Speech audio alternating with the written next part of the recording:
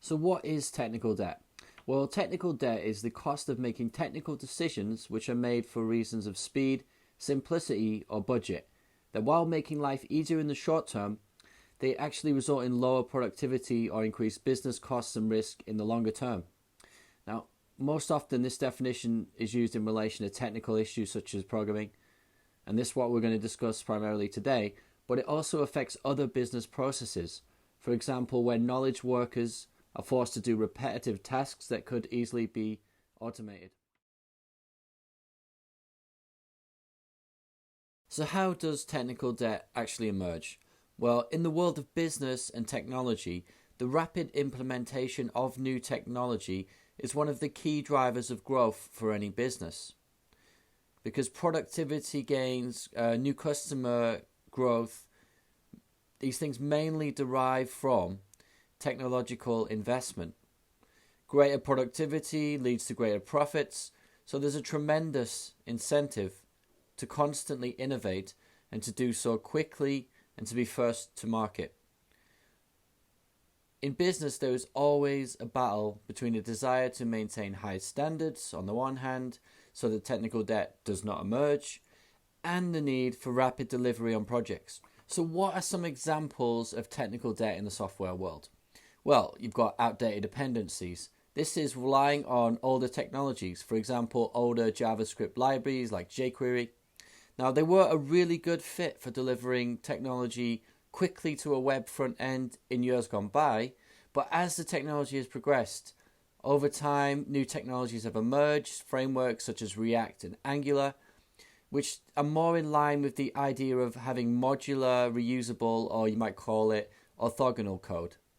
Now, modern front-end frameworks, they largely negate the emergent technical debt from more simplistic front-end solutions because they are designed with knowledge of how you structure a well-architected front-end based upon previous experience we've had, developing such projects over time. And so in that way, they lead to more sustainable solutions. Some examples of how this is achieved. You have, for example, component-based architecture. So rather than simple functions and DOM manipulation, in modern frameworks, you create components rather than modify existing HTML directly with events.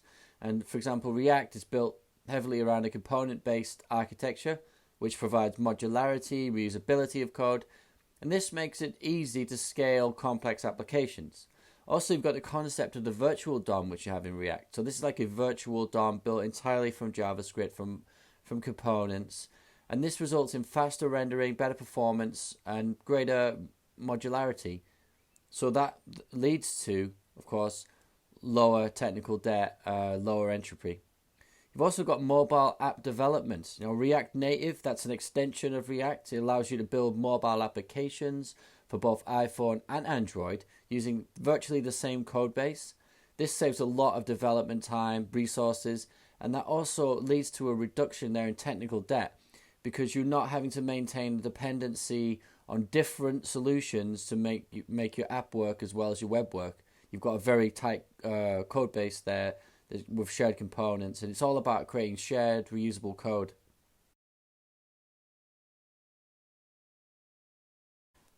So another key source of technical debt is not optimizing applications for performance.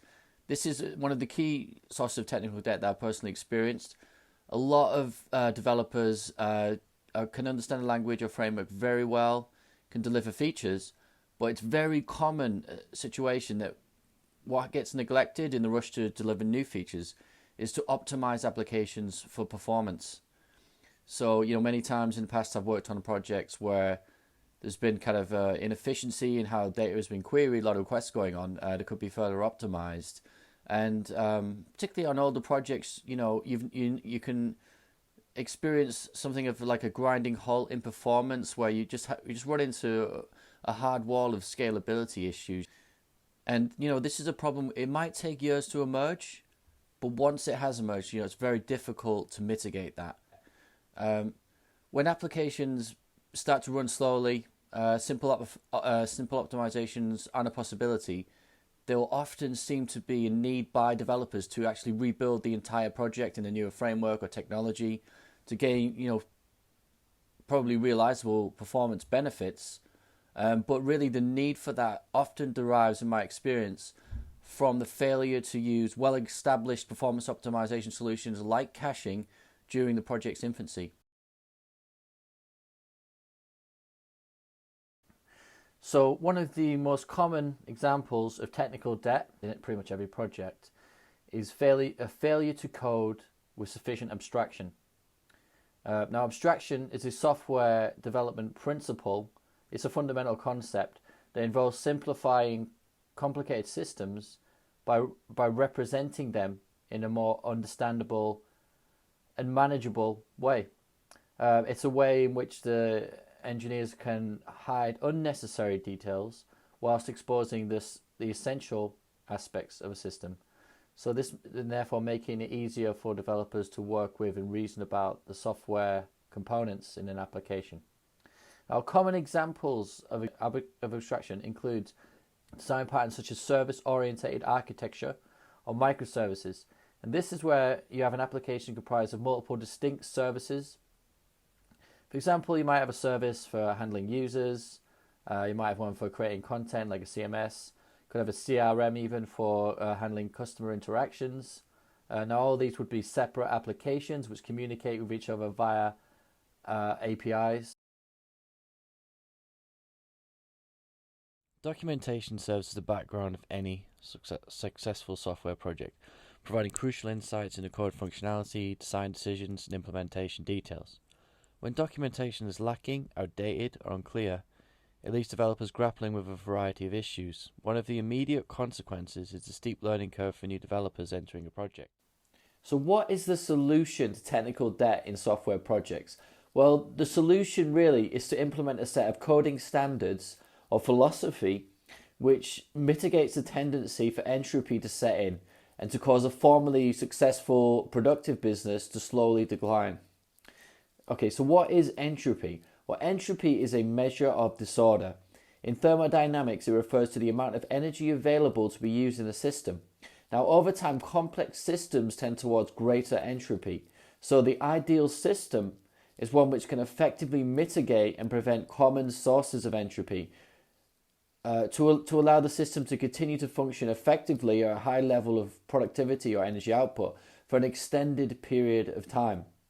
An example of this is we can say with the petroleum engines, they have a higher degree of entropy than electric cars because internal combustion engines possess a lower energy conversion efficiency, meaning they waste more energy, such as through heat and sound.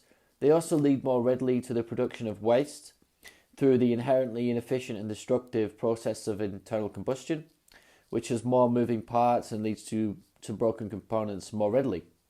So if we want to design the ideal software solution, we have to consider the goal of low entropy as a primary factor in our engineering principles.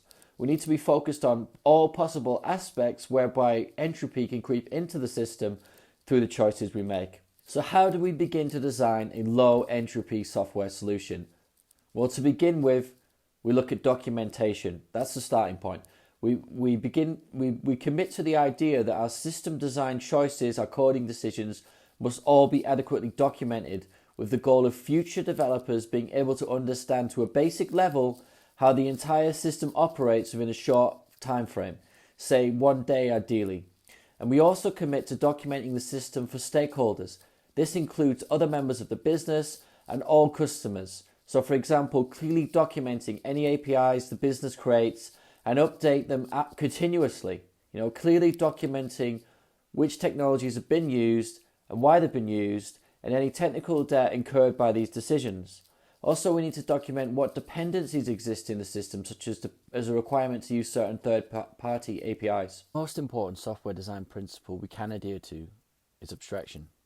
Abstraction in computer programming refers to the process of simplifying complex systems by breaking them down into smaller, more manageable parts while hiding unnecessary details.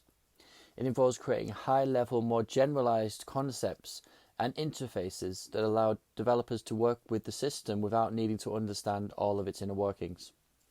Now, abstraction is a fundamental concept in software development and plays a crucial role in designing efficient, maintainable, and scalable software. Examples of useful abstraction include using shared libraries instead of duplicating the same code or variables, data layer abstraction, such as using ORMs instead of directly querying the data, which leads to more readable and standardized code, using the latest API tools and techniques such as GraphQL, which can further abstract and simplify complex API processes. High-level abstraction would also include flexible design patterns such as microservices and service-oriented architecture. So we can in future easily part with components of the system which become outdated or are no longer fit for purpose. Now, as I mentioned earlier, microservices also allow the developer to replace technologies such as front-end frameworks, programming languages, or databases which may become obsolete. In doing so, we create a path to a more easy to integrate application with new technologies, whether that is artificial intelligence, virtual reality, or augmented reality solutions. Additionally, microservices allows more flexibility with regard to hosting, as you're actually creating distinct components which can be hosted in different environments if necessary, instead of putting everything in the same box, all on one server. Often when organizations start to mature and grow, they want to handle customer interactions better, say with a custom CRM solution like Salesforce, and we should engineer systems which facilitate the business in leveraging more specialist skills like this over time to drive growth. Now, abstraction, when done correctly, leads to simplicity in code. If we implement object-oriented code correctly and we write modular code comprised of small functions which solve one specific problem, then we end up with a simple to understand code base which is easy to work with, extend and refactor.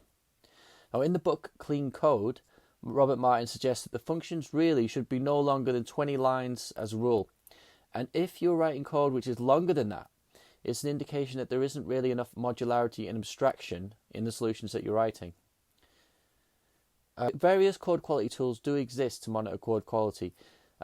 This includes linting tools, such as ESLint in JavaScript, PyLint in Python. These tools will monitor the code to customizable presets to enforce the same standards and measurements of quality. And it's a good idea to ensure that you have these tools set up on the project before you start work, as retrofitting them is a very tricky thing to do, and it may require many hours of work. For some languages, even more sophisticated tools exist which actually analyze the algorithms and functions you create and look for inefficiencies and ways to write code more effectively. For example, in JavaScript you have DeepScan, and by implementing linting and other code quality checking tools, you will increase the consistency of the code everybody writes on a project, and this reduces the likelihood or the extent of technical debt and lowering the entropy therefore by standardizing the development process.